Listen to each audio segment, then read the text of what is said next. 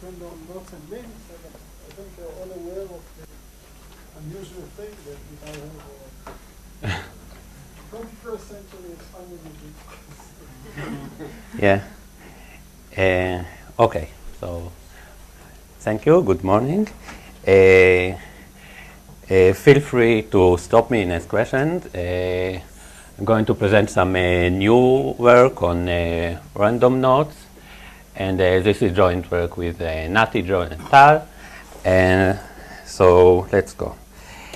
Okay. So I hope everyone remembers what a knot is. So we are talking about these creatures. So intuitively, it's a curve in space, and we can move it as long as we don't cross ourselves. More formally, it's a smooth embedding of the circle into the three-dimensional sphere, consider up to equivalence. And we can also represent it as diagrams, planar diagrams, where in each intersection we have to tell which strand goes above and which one goes below. Okay, so and similarly we can define links as a smooth embedding of two circles into the space, and for example, this is a link, and you can see that each component separately is a unknot, but two of them together are a non-trivial link. This one is called the Whitehead link, I think. Okay, so we have knots and links. So our purpose is to study models for generating knots at random. So we would use here a parameter n, which will be some sort of a complexity measure of our distribution. So we have a sequence of random variables. Each one of them will give us more and more knots as n grows. And so for each n, we have a distribution over the space of all knots. Okay, so this is our purpose. So first, let's mention some models that were considered in the past. So one way to get random knots is by a random walk on the three-dimensional grid. So we make one long steps, and we have to fulfill two conditions. One condition is that we avoid ourselves, we don't cross ourselves, and the second condition is that we get at the end to the origin. If we manage to do this with n steps, then we get some knot, and if we take all these n step walks at random, then we get a distribution over knots. So this is one model that was considered a lot. Another model, a variant of the previous one, is not to make just discrete one-unit steps, but to take Gaussian steps, again in the space. So here with probability 1, we don't cross ourselves, but again we have two conditions that at the end we return to the origin, and again we get some curve, and this curve represents a knot. So this is a second model, studied model. And another one, maybe of a slightly different character, is to jump at random. So what do I mean by jump at random? Each time we choose a uniformly choose a point in some confined space, and we jump to the next point. At the end, we jump to the point where we started. And again, we get some curve that represents a knot. So this was also considered. And in the same method, we can generate also two-component links, etc., etc. Okay, so why are we considering a random knot? So let's give some motivation. First of all, the space of knot is infinite and not so well understood. So much of the research of knots focused on some special cases, as knots with few crossings, and some special families which are very nice, like this toast knot, but it doesn't represent. We believe it doesn't represent a space of all knots. So we believe that a random model for knot will get us to work on, will get us to know the typical type of knot and not get some distorted view of this space of knots. Another reason to consider random knots is to introduce the probabilistic method into this area. So it may be useful in knot theory, actually. So with the probabilistic method, for example, we were able in other area to show the existence of some objects that couldn't be constructed otherwise, that without even an explicit construction.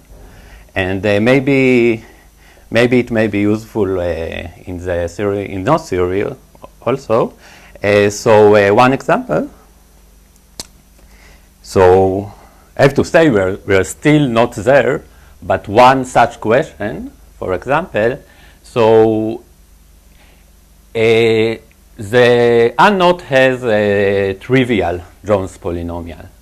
And we don't know of any other knot that has a trivial Jones polynomial. So there is a question, is there such a knot? And if such a knot exists, then it makes sense that it's not a single example, that there are many such examples. Maybe they are highly complicated, but still it makes sense. So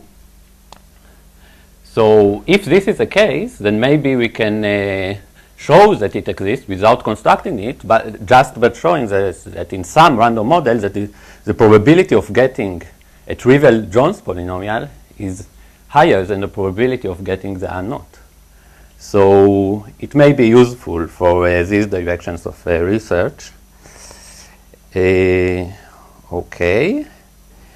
And the third motivation is also in applications. So in physics and biology, we can study polymers, and typically we have a bunch of polymers, so we have all ensembles of knots. So polymers are thread-like molecules, and they create some knots. And if we have some substance, then we can ask what is the distribution of knots in this substance. So randomness is natural to these problems of applications of knot theory. And also in computer science, it may be useful if we want to base some algorithms and protocols on knots. Then we need good models to generate knots by random, because some knot may gonna be your secret at some scenario. So there is this example of an algorithm by Shore et al. That suggested to base quantum money on knots. There may be other such algorithms. Okay, so enough with motivation, and let's mention some results. So I would like to mention this basic result about the models that I described earlier about self-avoiding walks in Z3 and Gaussian walks. So in these models of knots, it turns out that that almost always the knot is not trivial. That the probability of the unknot goes to 0. So this is a desired property for a random model, and it was proved for both these models. And also, there are many experimental results where people defined random models and tried to see what knots they get with what probability. So one example for such a result, so this is a figure from a paper, and you can see that as they took more and more steps in the random walk, they could study the probability of each knot type. Each color here represents another different knot, and they could study how does the probability of every knot behaves in these models, and there are other similar results. Okay, so let's define our random model now. So we call it the Petaluma model. We'll see why. Okay, it's based on a new construction by Adams et al. From 2 years ago. Okay, and it goes like this. So here we have a planar curve, and it should be understood this way. So we have several strands that cross at a single point, and each strand goes transversely to the other side.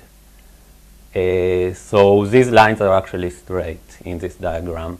So you can convince yourself that if the number of petals in this diagram is odd, then this is one long curve, all of this diagram. And so we call, at the center we have one crossing point. This is a multi-crossing point. That was Adams' construction, Adams et al.'s construction. And so how do we get a knot from this curve? So here is another way to draw this curve. We want each strand above the center to pass at a different height. So this is actually going to be the projection of a three-dimensional curve, which is going to be our knot.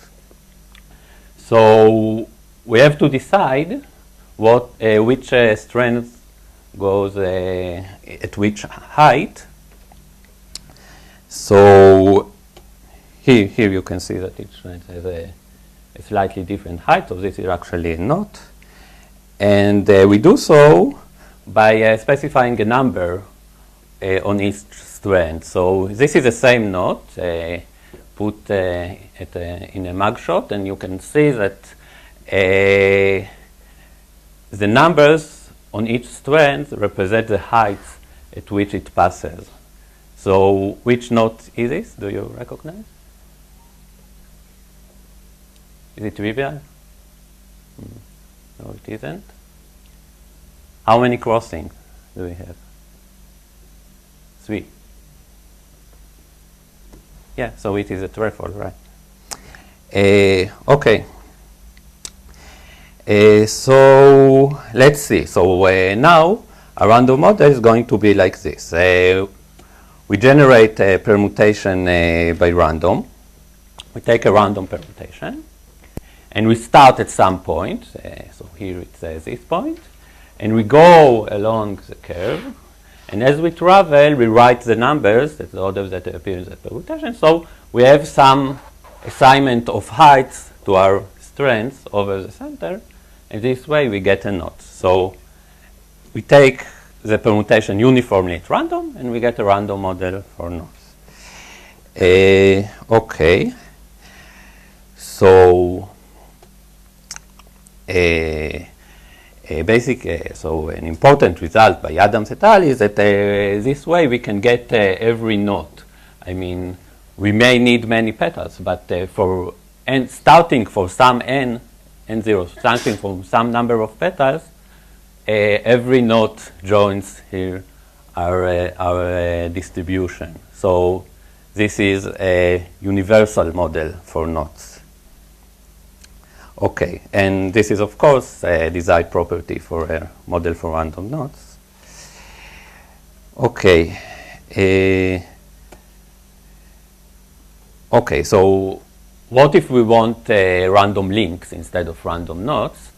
So here we have to change our diagrams a bit, and but we still use petals. So this is very similar. The only difference is that we have this big petal at the corner of each component. So now we have 2 components, and again we have 4n strands over the center, and we can take a random permutation on 4n numbers and assign heights and get a random link. And this is also a universal model for links. Excuse me, when you go back to this petal model, if you have a permutation which is not a single cycle, okay, yeah, that's a good question. So I don't use the cycle representation of the permutation. Here I use the permutation as a function, as an assignment. I mean, I write a bunch of numbers, and then I use this string of numbers as instruction how to write around my circle. Yeah, and sometimes. It's not a permutation. Yeah. Yeah. In a sense, it is, because it doesn't matter if I shift it cyclically. I get the same knot, only from another starting point. So yes, there is a symmetry here. So if you take a permutation as, product of cycles, and then you travel along this petal, wouldn't you get a ring? No, it is a problem, because you have to close the component somehow, and sometimes you found yourself on the other side. I mean, suppose I have 3 numbers and I want to close it, but I have to jump to here. But how would I jump to here? Would I do it over or under other strands? So you can't get a nice model for this way. You can't get a nice model. Why is it not a problem for a single cycle? Not a single cycle. No, it's not a single cycle. Maybe I don't. These are the instructions. These tell you at which height you pass this cycle. And every number appears very long. That's all. Okay, so you don't have separate values. How which petal after which you use, and then the number of heights. What do I mean by separate values? I mean, this is a list of heights. Yeah. Okay, Yeah. and how do you travel along this? I start at the top and travel each point. I know how to transverse. I traverse. Yeah, so 5, and then I go to 3, because 3 is the next number. And then I go at height 7, because 7 is the next number. And at the end, I close. Okay, so through this central point, those curves, they continue. Yeah. These are straight curves. Yeah, it is important. It's good that you started point. It is important. The diagram, the planar curve, is unique. So this is a nice property of this model, because we have a unique planar curve, which is a diagram of every knot. This would be very useful for us when we want to analyze these things. Oh, okay, this is. Okay. Any other question about the model? Mm-hmm. Yeah. That's Adam's entitled results. This is a universal model. But this n, this large enough n, may depend on the knot.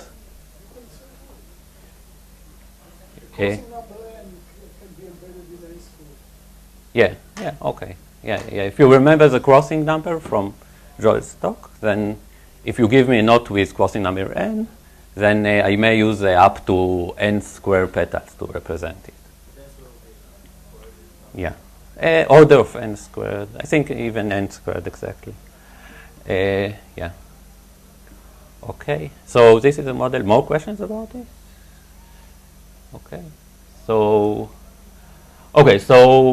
I'll start presenting the result with the 2-component links, because it turns out that this case is easier, and then we'll move back to knots. Okay.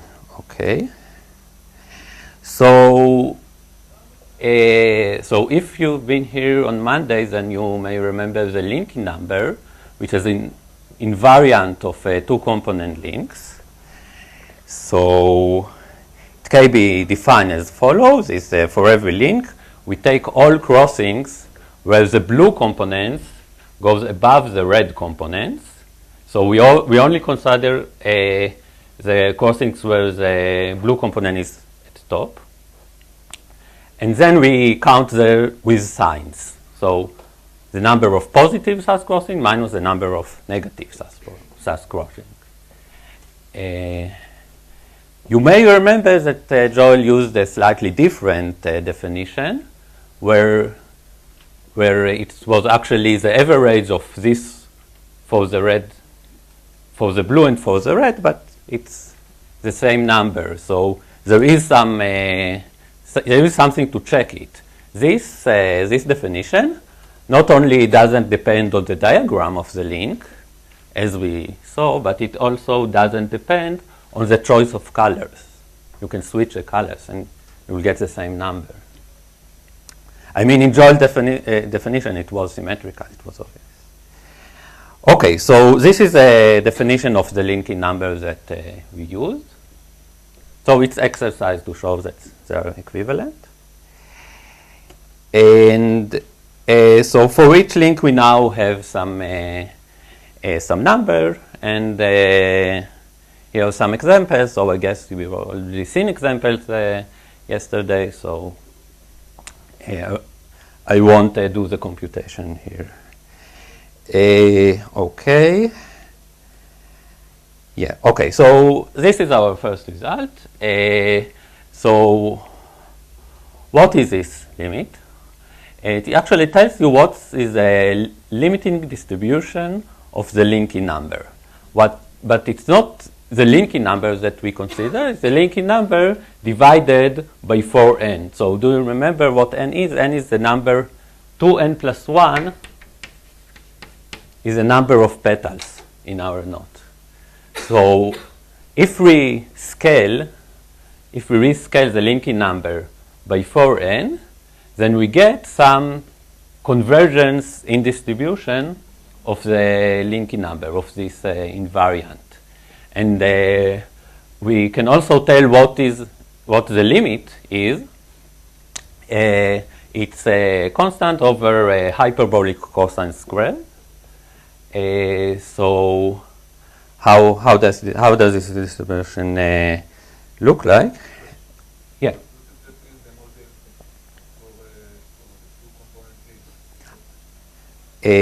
Okay. Yeah, here's the permutation. So it's not 2n plus 1. Yeah, it's my mistake. Here the permutation is chosen from S4n. Sorry. 2n plus 1 is for knot, 4n is for two component links.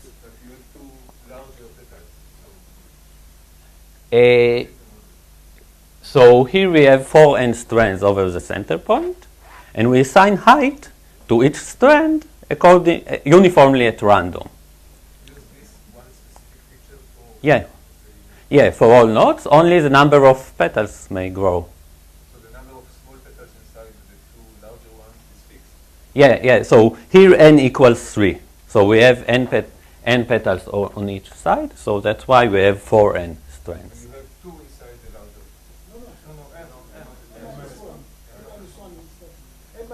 So this big one is also considered a petal. Yeah, and that's it. Okay. So it checks. Okay, so this is our model, and here another example you can see where n equals 5. This is n equals 3, n equals 5, but then it goes to infinity. We get closer to some limiting distribution law. So how does it look like? So this is a random sample of nodes of links according to our model, and you can see that it's at n equals 64. We get an excellent fit to this curve, of course, and only it's locally closed. So it's not different at some sporadic points. So there seems to be even stronger convergence here, we think. Okay. Looks like a Gaussian, but it's No, it's not a Gaussian. exponential. Yeah, exactly. The main difference is that the decay of the tails in this distribution is exponential, while in Gaussian we have exponential at x squared. So, yeah, so it is another different distribution. Yeah, but it does look as a Gaussian at first sight. Okay. So, what can we do with this limit law? What does it tell us? So first thing that I already mentioned, it tells us that in our model the linking number scales as n. So this is the order of magnitude of linking number that we should expect for a given n. Here you can see that for n equals 64, we have mostly between minus 64 and plus 64. Okay. This phenomena was observed in other models. So this figure is from a paper by Arzuaga et al. And here you can see that they had another parameter in the model, n, which is here 20, 40, and 80. And they looked at the linking number. So n was the number of steps in their models. Doesn't matter now what exactly was the details of the model, but the phenomena is the same. The right scaling of these curves seems to be dividing by n.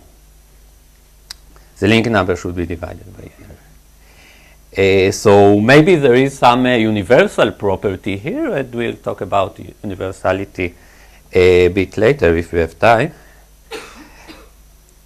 Okay, so we may also get some exact number if we want to ask what is the probability that the linking number is smaller than n in absolute value. Then we get some specific number from our limit law. So that's what you do with the limit law. Another interesting corollary is a probability of a split link. So what's a split link? A split link, a link is a split link if its two components can be separated by putting a two spheres around one of them. So this is a split link. And the linking number of a split link is always, of course, 0. And even if it's not trivial, the linking number is 0 because we have no crossing of two different colors here. So we can conclude that the probability of a split link go to 0. So it is again a desired property. There is this trivial case of split links. We don't want it to get a large portion of our probability space. Okay. In fact, the probability of any particular links goes to 0 because any particular link has its linking number and it's only a point on the histogram, and this is a continuous distribution law. Okay. And we can also, as Ron mentioned, we can also conclude about the tails. So the tails of this distribution tells us that to get t times n for the linking number decays exponentially at t. Okay, so okay. So let's say something about the proof of this formula. So I'll start with something seemingly unrelated. So suppose we walk on the planar lattice, one unit step. So we get some random walk on the lattice, any random walk. This is not going to be a knot. This is something totally different. And now we may ask, so this question is motivated by physics. What is a flux through this walk. So what do you think? What is a flux? Flux. I'm trying to ask you, Chaim, what is a flux? Okay. So suppose you have some magnetic field or some flow through this curve, and we ask what is the capacity of the flow through these curves. There is. Okay, never mind. It's if you don't know this notion from physics, then it won't go. It won't going to matter. It is closed, but the field is perpendicular to the curve. Yeah. So it may be non-zero. Yeah. Exactly. So it's going to be the sum of winding number around, and so this flux is actually a generalization of area. Yeah, so this is a signed area. So we put +1 on every square that we circle one time counterclockwise, but this square has a -1 because it is circled clockwise, and if we go twice around the square, then we count it as +2. So this has some physical meaning, but it is a natural question. It's a sort of a signed area. So what? It's like in a complex analysis, if you remember. Okay. So so here, for example, we get some number. And then it was a classical question to ask what is the distribution of this flux when we take this planar walk by random. So we only demand that the walk will be closed. So for a closed curve in the plane with n steps, we take all of them uniformly by random. You may ask what's the distribution of the flux. And it turns out that we get the same limiting law. So this is a very nice, very nice result, and it was proved independently by 3 different methods. And I want to mention mostly the method of Mingo and Nika, because this is the one that we found most suitable for our purposes, as we will see. This is a sort of a combinatorial proof of this limiting law.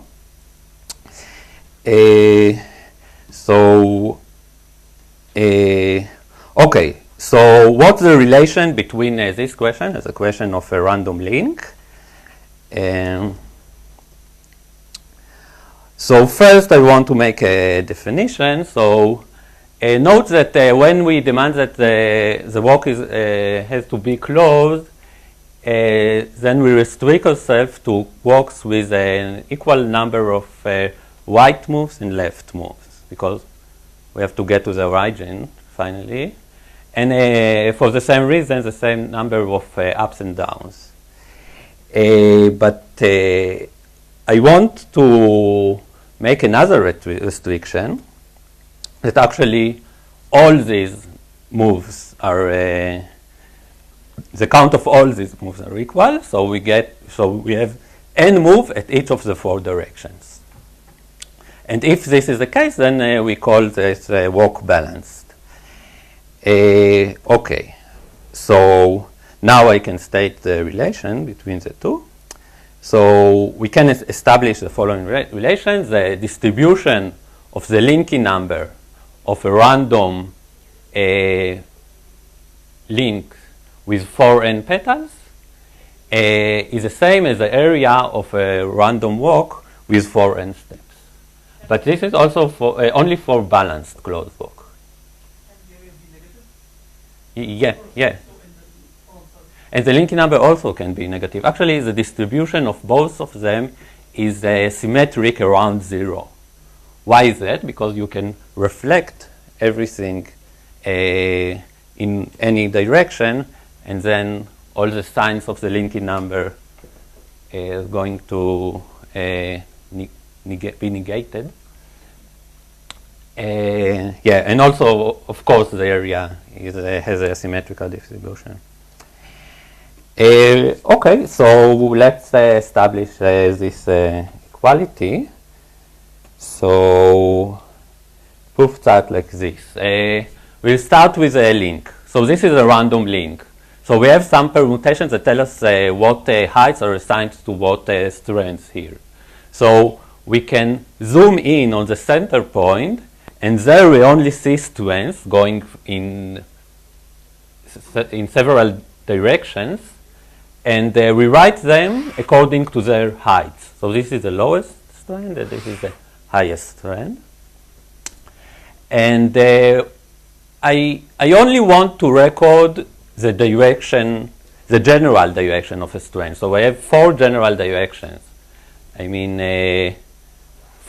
according to the 4 diagonal directions. Okay. So note that here I forget some information about my link. There is more information there, but it turns out that the linking number doesn't depend on it.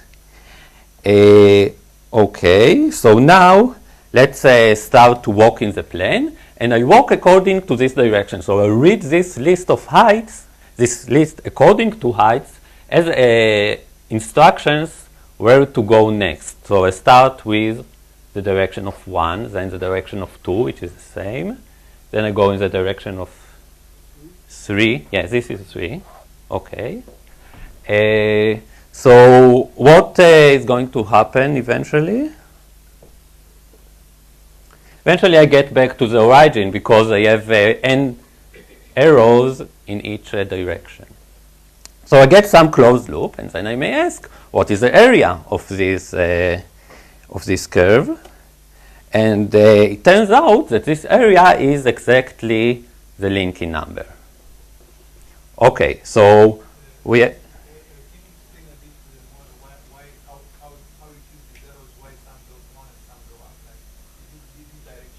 this direction. Okay, so I zoom in, and here I see 4n strands. So, for instance, why does 12 go like that? So I ask which is the lowest of these strands. These strands now have heights assigned to them. So which is the direction of the lowest strand.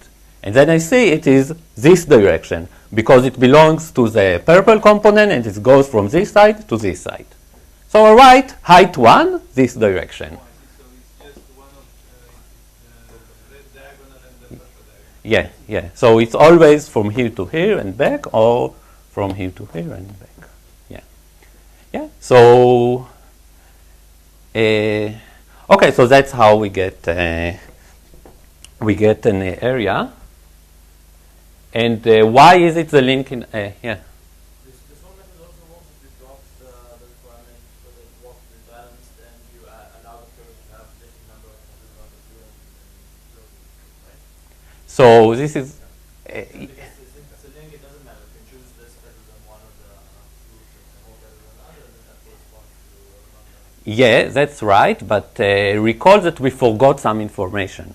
So if you want to define your model like this, so you have to reconstruct this information as you go back from this list to the link. So again, you can define something, but you get a model for link which is less natural, because you will have a different distribution depending on the number of steps in the direction. So it won't be as uniform and natural distribution on links. But yeah, you can play with the 2 components. Actually, that's right. So also our result about the model for the linking number actually can be stated in a more general way.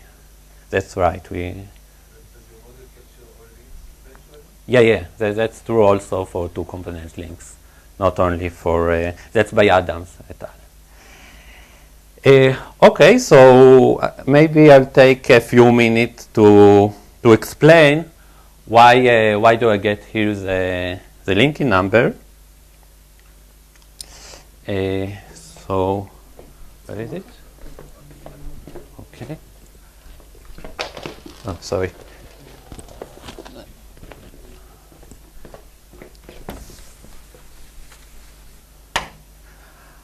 Okay, so the linking number.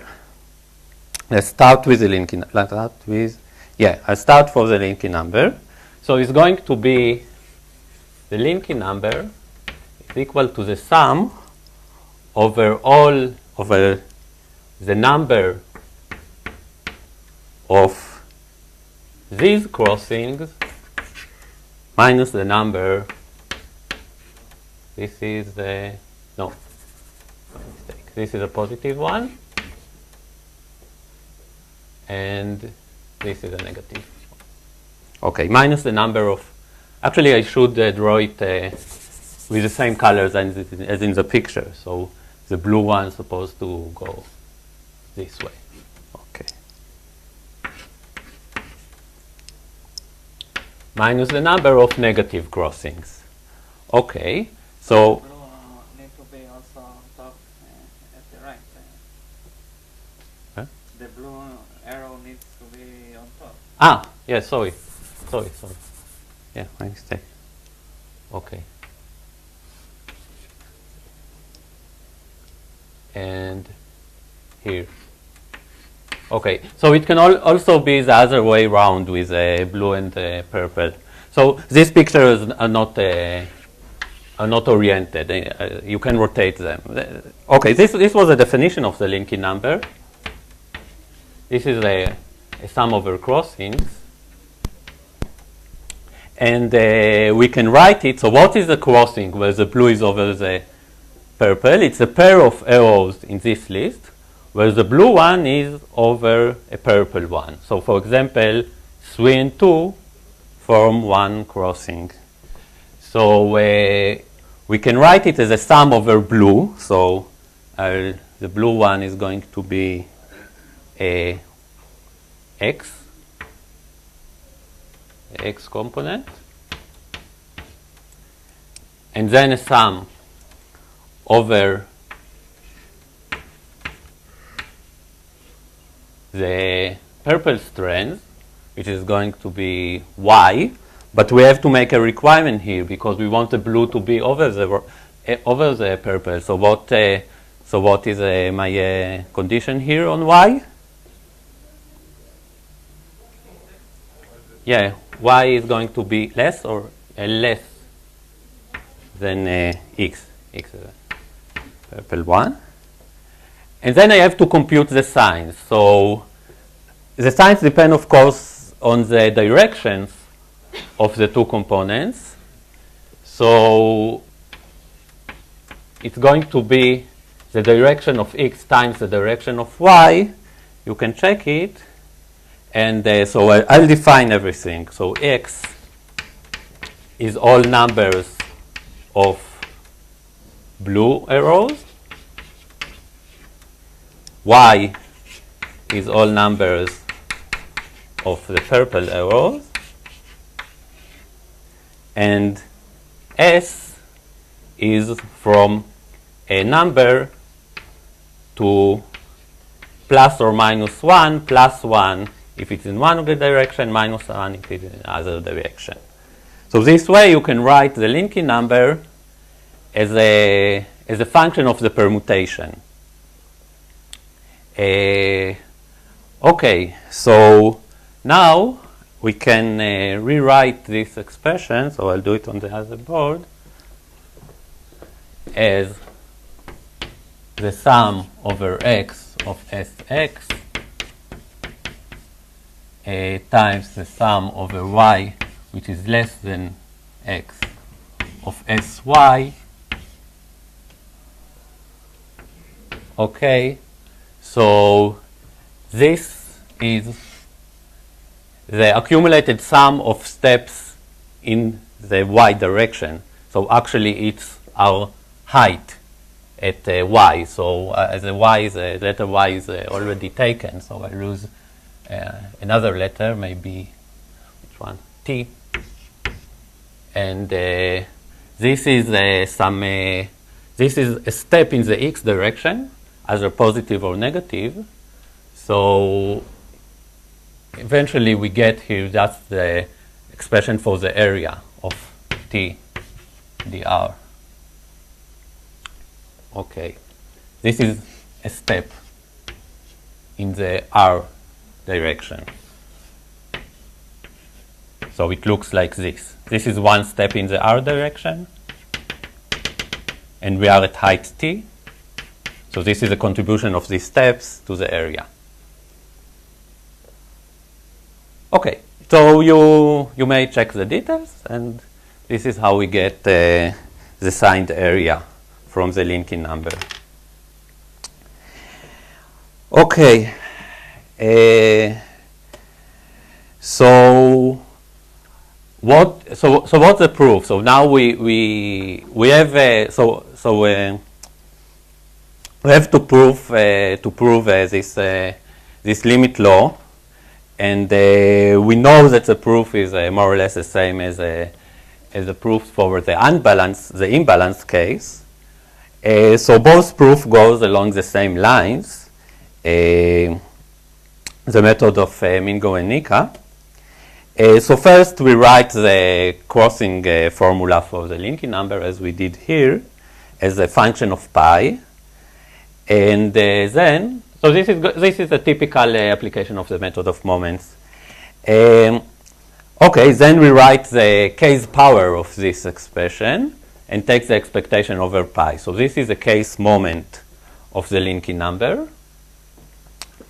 The next step is to analyze this expression and to show that it is a polynomial in n of degree at most 2k. So you carefully check this formula. So it is a different polynomial for the balanced case and for the imbalanced case. So we still are here we are still on parallel roads. But then we further work on this expression and found that there are many cancellations in the sum that we get there, and actually the polynomial is of degree exactly n to the k. And we are interested at the coefficient of n to the k, which is going to be the normalized case moment. So mu k is the expectation of the linking number of pi divided by n. U k to the k. N to the k. Right. Okay. So we get these moments of the normalized linking number. Okay. And here we merge. Here it doesn't matter anymore if we are in the balanced case or in the imbalanced case. We get the same numbers. And what Mingo and Nika found that these numbers are exactly, so one has to show it, they are exactly the moments of the limit distribution that we want, 1 over hyperbola cosine squared. So in this case, we can conclude that the limiting distribution of the linking number, since all moments converge to the moments of this limit law, then we can conclude that the distribution converge in distribution to this law. Okay, so this is a weak conversion. So this is the typical way that the method of moments is applied. Okay, so parts of this proof we could generalize to knots, to more complicated expression, and here we're only going to state the results. Yeah, so we move back to knots. So for knots we study two invariants, C2 and V3. So tomorrow we'll study them closely, as Tal is going to tell us about finite tap invariants. So they are both finite tap invariants. And so let's start with the first one, the Casson invariant, C2. So it can be defined recursively by this formula. I also should say that the Casson invariant of the unknot is 0. And so it is sort of an iterated linking number. So you can define the linking number for a single component, because we saw that it's not going to be an invariant. But this, so there is something to prove it, that this is actually an invariant. And it is indeed the case. So as an exercise, let's compute the Casson invariant of the trefoil. This knot is the trefoil, if you remember. So what's the linking number of these two? 1. 1, yeah.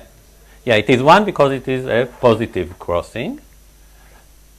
And what's the Casson invariant of this knot? What is this knot? Yeah, it is a knot. It is C. So the Casson invariant of the trefoil is 1. So if you believe me that this is an invariant, then you have here another proof that the trefoil is not equivalent to the unknot. Okay, so it is sort of an iterated linking number, as I said, and this invariant also has other interpretations. So it appears in the Conway polynomial as a second coefficient, by which I mean the coefficient of a squared, x squared, whatever the variable is, in the Conway polynomial. And it is a finite type invariant of order 2, so there is a natural notion of order on finite type invariants. So it is a very simple one. There are no finite type invariants of not of order 1. So it is the first one to consider in the theory of finite type invariants. And it also has a nice interpretation by a Gauss diagram formula. So I'm not going to explain here what this is. I only want to say that this is some way to do to sum over pairs of crossings. So in the linking number, we summed over single crossing. Here we sum over pairs of crossings in our diagram in different signs. So the details depend on the diagram here, and I'm not going to say how. But it is a sum over crossing, like the linking number. So this is a nice property of this invariant. And the main reason I mentioned this is that actually this is the definition that we found most useful and most easy to generalize our methods. Okay, so now that we know that the Casson invariant is an important one, we can state our theorem. So what we found is that the case moment of the Casson invariant is polynomial of degree 2k. So trivially, we would have got 4k, and we can show it's actually n to the 2k, and this is along the same lines of the previous proof. So what does it mean? I mean, there we had a linear distribution. What can we do with the moments? So it turns out that the moments already tell us several interesting things about the distribution. So for example, we can say that the variance is this expression, 8 over this number to the n to the 4th, and the expectation, etc. And okay, so the basic thing is that the Casson invariant, the right scaling for Casson invariant in our model is n to the n squared. So n is the number of petals again. And note that since we had the expectation about n squared over 24, what does this mean? What does it mean about a limiting distribution if one exists? So it means that the expectation, the limit of the expectation is going to be a non-zero number. going to be 1/24. So this is a very strange property of the Casson invariant. I mean, you couldn't tell by none of the 4 definitions that I made earlier that this invariant is going to behave non-symmetrically, that it has a more that is more likely to be positive than negative, or at least that its expectation is strictly positive. So maybe it tells us something about the nature of this invariant. Another thing that we can get from moments, so if we had a limiting distribution, then we could get the exact probability here. But if we know the first few moments of the distribution, we can get numbers that are closer and closer to the true number for all events of the sort that the Casson invariant falls in some interval. So, for example, this is a number. This is not the exact. This is not the precise number. I believe it's around 1/4. But again, we can see that it's not almost surely the case that the Casson invariant is a non-positive. We can say such information about it. And also it tells us about the decay of the tails of the distribution. So if we know that all moments exist, then it decays at least faster than any polynomial in T. So if we want it to be more than T times n squared, then it decays faster than a polynomial T. Probably it is going to be an exponential function of T, but we don't know this yet.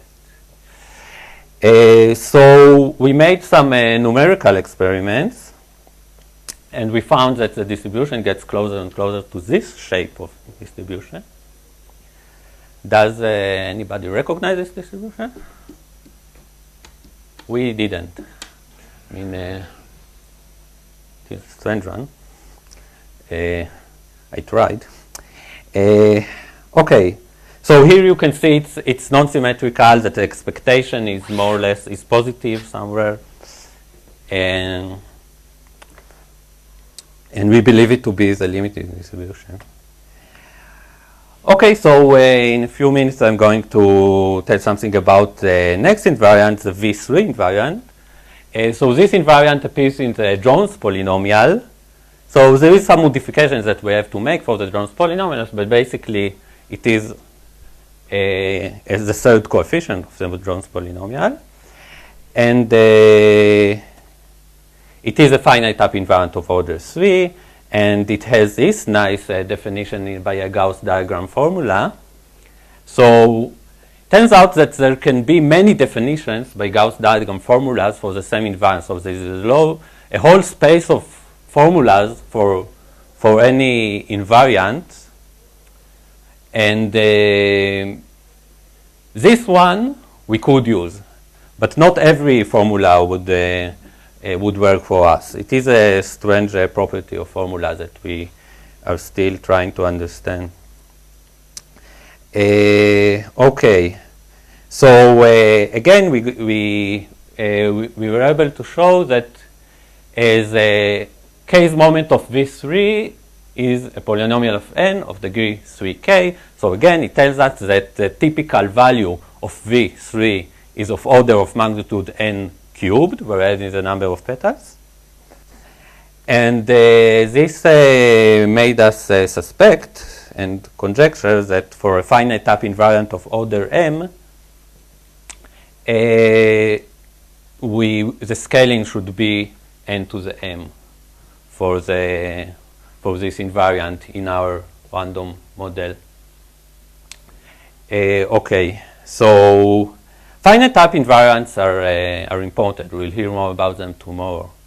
It is conjectured that together they are a complete invariant. They tell you the knot. Okay, so we have a few minutes for questions.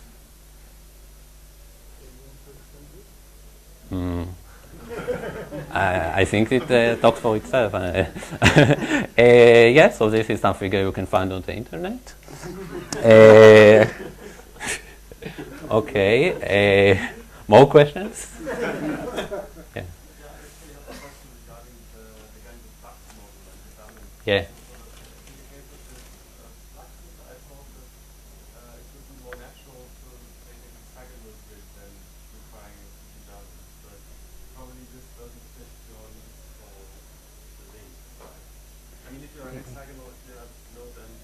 Hmm. automatically. Really? If you have three directions, I mean, if you have three directions, Ah. Mm. and you have to come back. So I don't see why. I mean, you can make No, I mean, if it's this one. Not bad. no, okay, you're right. Yeah. Sorry. Okay. No, wait a second. This is not Should it close? Just to try. Ah, this is not hexagonal. Ah, you say. No, I mean, okay, I have to think about it. Again, I think I can do something like that. I don't know. Yeah. Okay. When we were talking about the model before the Petaluma model, Yeah. how do you ensure that it's closed? I mean, do you stop at one point and just say I go back, or do you just hope that you will go back randomly?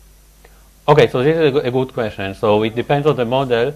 In this model, I just only take the closed passes and take each different one uniformly at random. So this is what I do in this model. So it's automatic that the path is closed. Here, I take all Gaussian n-step walks, but I condition that they return to the origin. So it gives me some measure on Gaussian n-step walks, and it is a bit complicated because there are dependencies now between the steps. But again, you can condition on such an event. It wouldn't make sense just to take any walk and then at the end disconnect the starting and ending. You could do so. I mean, I didn't do either of them, but I think it's less natural to have one large jump at the end. So why bother in taking small jumps every time if you're going to make large jumps? But you could. Yeah. So in the sphere model or in the cube, I only made large jumps. So this model has a different nature from the other ones, and you can see. Actually, I don't see. You can numerically you can see that they have very different properties. We believe that this one is more similar to our Petaluma model, and hence nicer. Here you can have small trefoils, local knots along the way. So it turns out that eventually you have a connected sum of many knots, and only you will get new, interesting, more involved knots in a smaller distribution. So this is a problem with this. We believe, maybe for some purposes, a problem with this model. I mean, okay, maybe I'm out of time. Maybe you should answer my first question. What is Petaluma? So Petaluma is it is a place in California, and it starts with the word petal, which is how do I get to the end here? How do I get to Petaluma? Yeah, I get. Here it is. Here it is. This is another picture that jumps if you type Petaluma, search engine.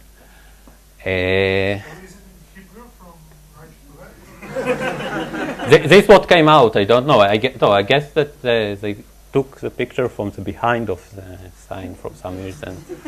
I don't know. Thank you.